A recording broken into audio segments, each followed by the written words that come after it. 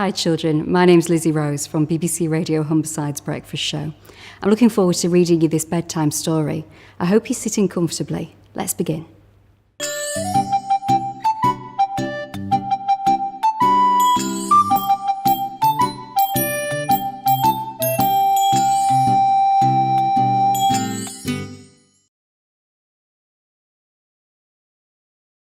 Airlie and Rufus Robin grew up bright and early the next morning, as they'd promised the children at the match the night before. They'd been thrilled to be asked, and to be seen as superheroes. They said yes immediately. Milly, Sully and their parents met the two friendly mascots at the Humber Bridge Country Park. The weather was warm, the sun shining, but the water of the Humber looked cold and rough as it rolled out to the North Sea. Milly shivered as she spotted the ghost ship still moving up and down, searching for whatever it was searching for. She was glad she wasn't in a ship on those dangerous waters. Her mum and dad had always told her to be careful of the Humber and the sea. "Can you see the boat?" Sully asked Airlie. Airlie nodded. "Can you?" Milly asked Rufus the Robin. Rufus the Robin nodded too. The two children grinned. They knew their heroes wouldn't let them down. The mascots could see what their parents couldn't. They were sure now that everything was going to be okay, but they were wrong, very wrong. There was a canoe on the muddy bank at the side of the Humber. Both mascot birds had been eyeing it for a while. Then suddenly, without hesitating to think, Airlie and Rufus the Robin began to run, as fast as an oversized bird can, towards the canoe. They knocked into each other, flapping their wings and pecking if the other bird got too close. Both wanted to prove they could chase ghost ships away. Both wanted to help the children solve their mystery.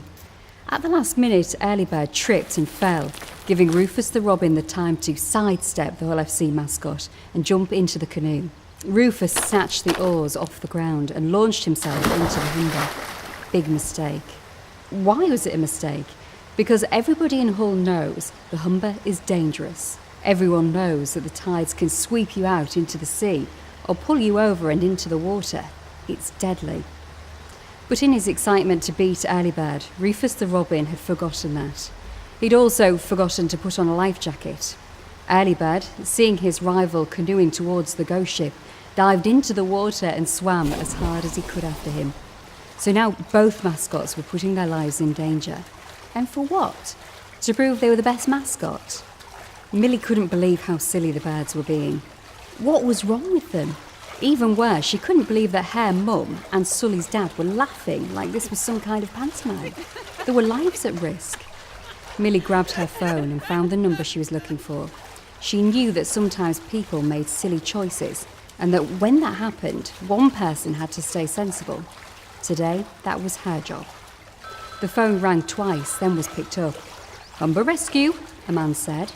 "Hello there. There are two, people in the water directly under the Humber Bridge. One swimming, the other in a canoe. The tide is dragging them out towards the sea. Please, can you help?" "Yes," the voice said. "We're on our way." Milly then ran after Sully, who was shouting at the mascots to come back in. But it was too late. The tide was dragging the mascots out to danger, and the ghost ship was racing away, as if unsure what to make of being chased by two giant birds. 20 minutes later, the two mascots looked miserable and sorry as the men and women from Humber Rescue walked back to their boat. Humber Rescue had been amazing, saving the mascots, then making sure they were dry and warm. Both birds dripped with water, both shivered with cold. "That was crazy," Milly said, looking crossly at Rufus and Airlie. Sully nodded, remembering something his dad had said to him once.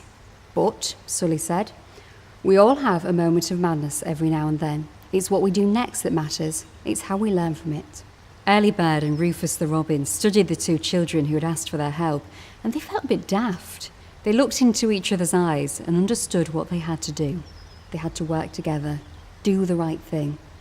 They had the same thought at the same time, and they realised that if they worked together, they could help the children and help the city of Hull. Rufus the Robin and Airlie held wings as they stared at the ghost ship heading east towards the centre of Hull. Now they had to come up with a plan.